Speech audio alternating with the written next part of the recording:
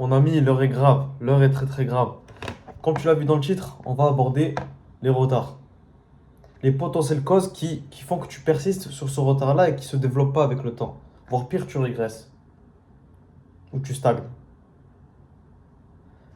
Et pour ça, les gars, j'ai fait le retour de la tablette. Eh oui. Donc j'ai listé que quelques points. Bon, c'est peut-être pas une liste exhaustive, mais il y a principalement les grandes choses, dans les grandes lignes, de ce que je vois dans la salle, etc. Et sur les réseaux aussi.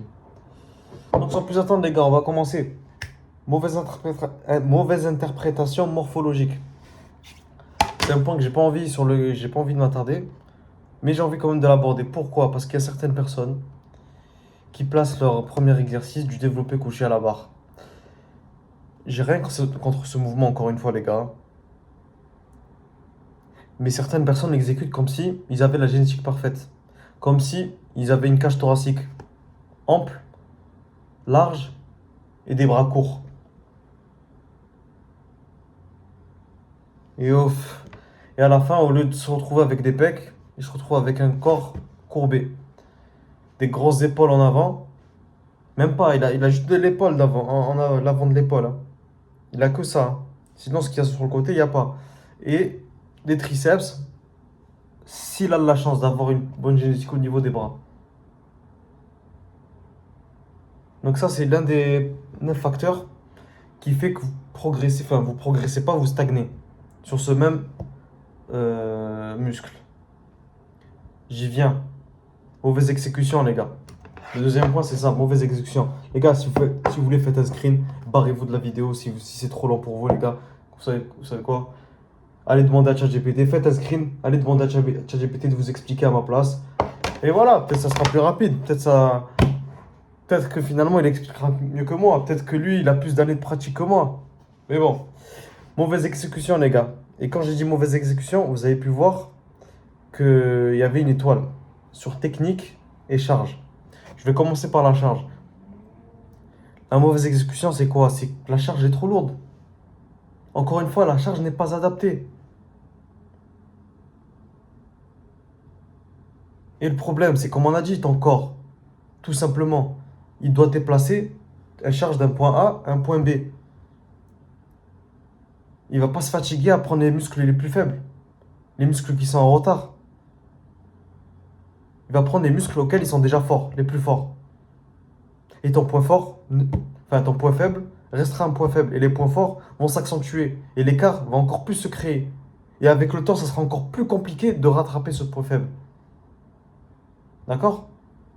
Maintenant, j'ai pris la charge sur la question de l'extrême trop lourd. Il y a aussi l'autre extrême, pas assez lourd. Les gars, vous vous entraînez pas assez dur. C'est possible que vous vous entraînez pas assez dur. Vous n'êtes pas assez proche de l'échec, les gars. Comme on a dit, les gars, sur vos 4 séries, sur vos 3 séries, la première, c'est pas grave si vous n'êtes pas à l'échec total, si vous reste encore 2-3 reps en réserve. Mais la dernière, il faut que vous soyez très très proche de l'échec, voire à l'échec. Il faut que 3 ou 4 fois par série, il faut que vous soyez proche de l'échec. C'est ça, être proche de l'échec. Et dans ce cas-là, les gars, le volume sera efficient. Parce que sinon, les gars, vous brassez de l'air. Vous poussez pour pousser, mais sans vous faire mal. Mais faut trouver un juste milieu, les gars. Quand je dis se faire mal, c'est bien. C'est pas aller à l'extrême. Trouver un bon juste milieu. Et le juste milieu se trouve dans pas 50%, parce que c'est pas assez lourd. Pas 100%, parce que c'est trop contraignant sur le long terme. Se trouve entre 80 et 90. Comme on l'a dit. On le dit toujours. Maintenant, j'y viens à la technique. Certaines personnes me disent, ouais, Yanis, pourtant, c'est bizarre, je fais la bonne technique comme il faut, la bonne exécution, donc la bonne charge, à ce qui paraît, et la bonne technique. Je remarque, je vois qu'il s'exerce devant moi et je vois que, ouais, la technique, elle est bien. Plutôt. La charge est bonne, elle n'est pas trop lourde, elle n'est pas assez légère. Je vois qu'à la fin, la quatrième et dernière série, c'est bon, il en avait plus sous le pied. Donc, c'était la bonne charge. Par contre, il y avait un petit problème. C'était l'amplitude de mouvement. Beaucoup trop de personnes s'obstinent à faire l'amplitude parfaite. Et vous allez l'entendre ici. Peut-être vous l'entendez pas chez certaines personnes que vous suivez d'habitude. Mais les gens qui connaissent, ils le savent. Par moment, les gars, l'amplitude complète, c'est pas bon. Par moment, c'est mieux de s'arrêter 20 à 30% avant l'amplitude maximale.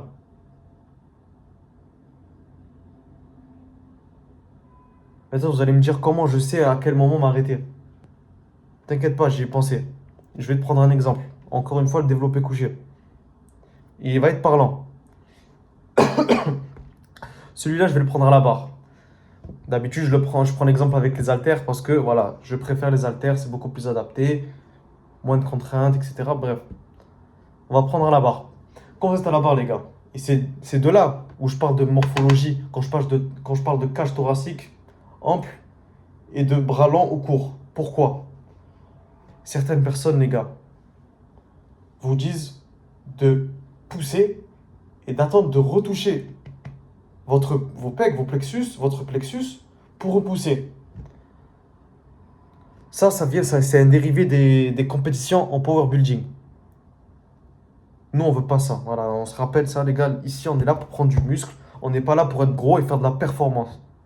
La performance, c'est une conséquence. Le muscle, c'est l'importance. C'est important, l'hypertrophie, c'est le premier lieu. Si vous voulez être gros, les gars, et pousser lourd, le plus lourd possible, quittez cette chaîne maintenant. Je m'en fous. Je m'en fous, j'en ai rien à foutre. Si tu veux te casser les articulations au bout de 2 3 5 10 ans de pratique, viens, c'est pas ici que tu trouveras ton bonheur. D'accord? Bref, je ferme la parenthèse. Il s'arrête au bout d'ici, d'accord? Sauf que le problème, c'est que voilà, le pec, enfin, le développé couché, c'est un exercice à forte tension d'étirement. Si vous descendez trop bas, vous allez être en surétirement. Ce qui signifie quoi? Ce qui signifie dans un premier temps, quand vous dépassez le 90 degrés, ça y est, il y a plus de gain potentiel, ça vaut pas le coup. Et en plus de ça, vous perdez de la force. C'est trop dangereux. J'y viens, dangereux, la dangerosité. Deuxième point, les gars. Plus vous étirez, plus votre muscle est sollicité. Et vous avez encore moins de force. Et quand vous allez vouloir repousser, vous allez trop forcer, vous allez devoir trop forcer. Et là, la blessure, elle est très très proche. Là, c'est dans votre cerveau, quand vous descendez très très bas, dans le surétirement, il faut que dans votre cerveau, ça fasse une alerte. Une alerte incendie, une alerte blessure. Surtout pas redescendez pas comme ça. Sauf que ce que je suis en train de dire, les gars, il s'applique pour moi. Mais il s'applique pas à des personnes qui ont la génétique pour. Il s'applique pas à des personnes qui ont des bras courts, ou justement, le fait de s'arrêter à là, ben, c'est naturel. Parce qu'ils ont des bras courts déjà. Ils ont déjà des bras courts. Ou le fait d'avoir une cage thoracique plus ample. Pourquoi? Parce que c'est encore plus gonflé. Vous l'imaginez comme ça. C'est encore plus gonflé. Donc, il y a moins de distance à parcourir. C'est souvent pour ça ils sont très très forts en power building ou en force en général sur le développé couché. Parce qu'ils sont faits pour cet exercice, génétiquement. Donc maintenant, ce que tu vois sur les réseaux, etc., ce qu'on te dit, etc. Réfléchis, visualise-toi en train de faire le mouvement. Et quand tu descends la charge, il faut que tes coudes, voilà, ça fasse à 90 degrés, tu vois. Là, attends, je vais te le mettre comme si la barre, je suis en train de pousser, tu vois. Comme si c'était ça. Tu vois, à ce moment, quand c'est là, c'est bon. Là, c'est l'étirement. Après, regarde. 90 degrés, 100 degrés, 120, tu vois, c'est pas bon. T'as compris? Vraiment, je te le dis ça avec, tu vois, même si tu veux pas m'écouter sur tous les autres points, au moins écoute-moi sur ça. J'ai pas envie que tu te blesses sur ça, tu vois. Tu vas te frustrer après, tu vas arrêter. Je la connais cette période, je la connais, j'ai déjà vécu ça. Bref, j'ai parlé de la mauvaise exécution, les gars. Faites attention à votre technique et à votre charge. Travaillez bien. Ensuite, les gars, mauvaise organisation, les gars. Troisième point. Et peut-être c'est l'un des plus importants. Entre parenthèses, vous allez trouver que c'était marqué placement séance. Qu'est-ce que ça sous-entend? Dans un premier temps, les gars, je vais vous poser une question simple. Un muscle faible, un retard musculaire, vous allez le laisser à la fin, quand vous aurez plus d'énergie, ou ce qui vous reste du peu d'énergie qui vous reste, ou bien, au contraire, vous allez le mettre au début. Parce qu'en plus de l'énergie que vous avez, votre concentration sera au maximum. Bien évidemment, les gars, il faut le mettre au début. Mais pas qu'au début de la séance, les gars. Au début de la semaine. Je vois trop de personnes se plaindre, j'ai pas de dos. J'ai du mal à prendre du dos. Je lui demande, ok, dis-moi ta programmation, enfin, sur la semaine, je vais te grossir le trait, hein. Pec, il fait les pecs au début de semaine, comme d'habitude. Les jambes, et ensuite le dos. Juste après le dos, il n'y a même pas de temps de repos, hein. Même s'il y en avait un de jour de repos. Je lui dis, mais regarde, c'est normal. Déjà que c'est un point faible. En plus, tu le mets juste après quelque chose de très nerveux physiquement. Après les jambes. Et on rajoute un autre point, c'est la troisième séance de la semaine, après les pecs et les jambes. Bien sûr qu'il accumule une fatigue, que vous le vouliez ou non. Une fatigue résiduelle qui est là. Vous la sentez pas, mais elle est présente. Donc forcément, vous serez moins concentré dans votre séance d'eau que si vous la mettiez au début. Forcément, vous aurez moins d'énergie allouée à votre séance d'eau que si vous la mettiez au début.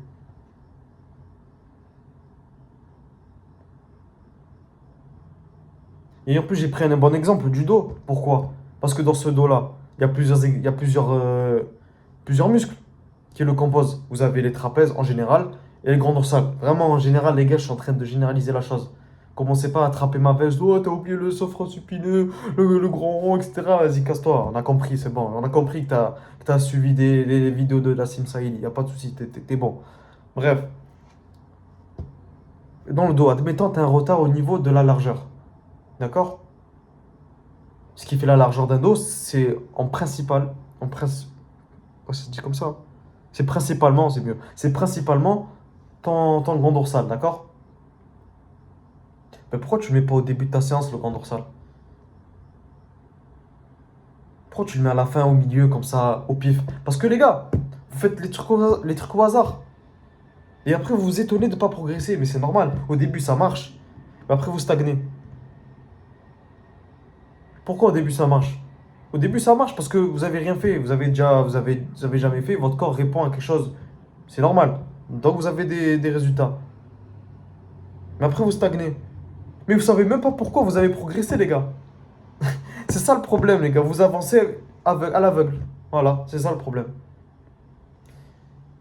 Mauvaise organisation, les gars. C'est ça dont je parle. Le placement de tes séances. Et la structure de ta séance.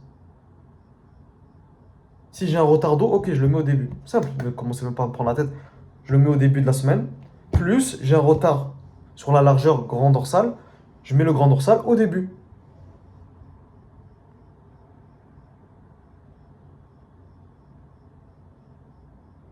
C'est simple, les gars.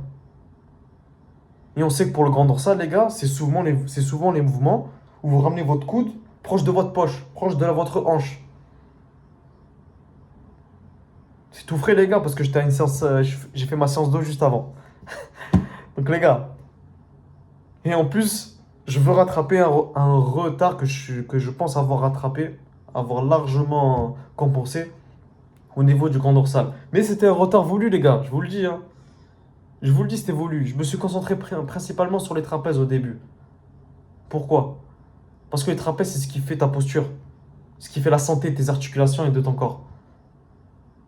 Et oui, les gars, vous comprenez par là que sur le long terme, sur ce très long terme, il y a sur un moyen terme où il y aura des parties de votre corps, les gars, que vous allez devoir négliger pour revenir juste après. Alors, bien sûr, il faut savoir lesquels négliger. Il faut savoir comment avoir déjà par avance, comment faire pour rattraper ce muscle négligé.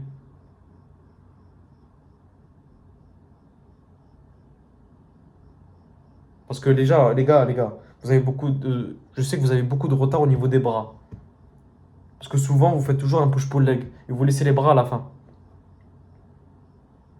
Pas de souci. Mais après, tu sais pas comment rattraper ce retard. Moi, je l'ai su. Et même si je n'ai pas une génétique pour avoir des gros bras, j'ai, j'ai fait en sorte, les gars. Franchement, j'ai fait en sorte. J'ai fait en sorte voilà, de rattraper le pas. Et ça devient homogène. C'est comme ça, les gars. On parle d'homogénéité, les gars. Forcément, il y aura des muscles qui seront un peu sur un moment. un instant T, sur un lent, court, moyen terme, comme tu veux, il y aura un moment où, les gars, des muscles seront moins sollicités. D'ailleurs, tu le fais déjà. Je vais te prendre plusieurs muscles. Les abdos, est-ce que tu les fais ou pas? Les avant-bras, tu les fais ou pas? Le cou, tu les fais ou pas? Et je vais te dire un truc. T'as complètement raison. C'est des détails, ça. C'est des détails. Encore plus si t'as déjà un passé sportif. Parce que t'as déjà sollicité ces parties du corps si tu as fait des arts martiaux. Voilà, ton cou a déjà été sollicité. Que tu le veuilles ou non, quand tu fais quand t'as ta garde, t'es obligé d'avoir une bonne posture, ton coude et de travailler les cervicales. Maintenant, tu fais encore plus quelque chose d'important qui est la lutte, tous les trucs d'accrochage. Voilà, tu t'accroches, tu luttes, etc. Le judo, tout ce qui est comme ça. Forcément, tu auras un coup solide aussi. La boxe, c'est pareil, quand tu prends des coups, bah voilà, faut avoir, faut avoir un montant qui tient, mais le montant qui tient, il tient aussi grâce au cervical. Vous voyez? Les avant-bras, c'est pareil. C'est des choses, voilà, c'est pas des prédispositions, mais c'est des choses que vous avez déjà, que vous avez déjà travaillé. Les abdos, c'est pareil. Moi, quand j'étais petit, je faisais des abdos tous les jours dans ma petite chambre. Je faisais tous les jours. Au foot, je faisais pareil. Au karaté, je faisais pareil. J'avais une souplesse de fou, etc. Les abdos bien, etc. Et quand j'ai commencé la salle, les gars, ben, j'ai commencé un peu à délaisser ces muscles. Mais parce que je savais que j'allais les reprendre. Je savais que voilà, il y a une mémoire musculaire, les gars. Ça aussi, les gars, faites confiance à votre mémoire musculaire. Je savais que cette mémoire musculaire-là, elle allait tôt ou tard me servir à rattraper tout le temps que j'ai pas fait. C'est réel, les gars, c'est réel. Bien sûr, de temps en temps, il y a des petites séances, hein, c'était pas zéro du début jusqu'à la fin. Voilà, il y avait deux, trois séances par-ci, par-là. Mais c'était pas quelque chose sur laquelle je m'attardais beaucoup trop. Je me concentrais sur le principal. Et c'est ça que vous devez faire, les gars. Ok? Donc, les gars, je commence un peu à dévier. Mais tout est lié, les gars. Surtout en musculation, les gars. Faut comprendre tous les paramètres. Et enfin, les gars, les trois points que je vous ai cités, les gars, et sur lesquels j'ai beaucoup parlé et développé, j'espère que ça a été clair. On en revient, égal, arrête de copier mal. Oui, arrête de copier mal. Tout ça, c'est souvent la résultante d'une copie d'une séance que tu as vue sur les réseaux. De ton bodybuilder préféré, de ton Instagrammeur préféré, qui se dope, qui se pique tous les jours, qui se met une piqûre dans les fesses comme ça. Mais toi, tu sais pas. Donc, tu suis. Et quand il te dit le meilleur exercice dos, le meilleur exercice pour avoir des gros biceps, la meilleure séance pour avoir de gros pecs. Ouais, c'est vrai, c'est la meilleure séance. C'est peut-être la meilleure séance. Mais ce qu'il te dit pas, c'est que juste après la séance, enfin, pas juste après, pendant la séance, hein, lui, c'est toujours sa séance. Hein. Lui, il fait ses 3 à 4 exos. Et après, il va dans les vestiaires. Il a oublié cet exercice. Cet exercice, c'est quoi? C'est, attends, comme ça. Allez, ouais, je vais vous épargner les détails, les gars. Et voilà. Mais toi, tu sais pas. Si tu vois quelque chose d'impressionnant, etc., tu dis forcément, le mec, il est musclé, il sait. Mais t'as pas la même génétique. Tu comprends pas pourquoi il fait ça. Le peu d'explications qu'il te donne, c'est à la va-vite, ça se trouve c'est faux. Ça se trouve c'est faux, j'ai tellement vu de bullshit. Ça se trouve c'est faux.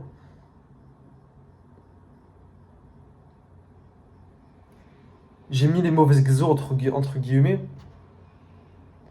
Mauvais exos, bien sûr, on aurait pu attaquer ça dès le début, mais je voulais faire comprendre pourquoi ça serait potentiellement des mauvais exos ce que tu as déjà.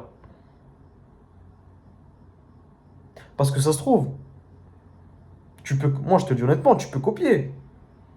Regarde, si tu as bien regardé, j'ai mis du vert sur copier. Ça peut être une bonne chose de copier. Mais copier une personne qui a une génétique similaire à la tienne, qui a des insertions similaires aux tiennes. C'est plus simple alors si tu veux comme ça. Mais le problème, est-ce que tu sais maintenant reconnaître quelqu'un qui a qui a la même génétique entre guillemets que toi? Dans les grandes lignes, bien sûr. Il y aura toujours des petites différences. Même un jumeau, deux jumeaux, deux hommes qui font le même programme, etc. Ils n'ont pas forcément exactement le même physique. C'est ça qui est impressionnant. Donc voilà. C'était tout pour moi, les gars. J'espère que j'étais assez clair sur les potentiels retards. Voilà, j'espère que tu as appris quelques deux, trois trucs, etc. Voilà, maintenant tu sais quoi. Tu sais qu'est-ce qui potentiellement cause ta stagnation le fait que tu persistes sur ce retard-là. Persiste pas trop longtemps, hein. C'est une bonne chose de persister de temps en temps. Vous vous remettez en question, c'est une bonne chose. Vous essayez de vous rééduquer. Vous allez sur les réseaux, vous tombez sur une chaîne YouTube incroyable comme la mienne. Mais c'est une bonne chose. On passe tous par là et c'est important. Donc voilà les gars. Mangez bien, entraînez-vous bien, dormez bien, rattrapez votre retard, bordel de merde. Oh là là, j'en ai marre.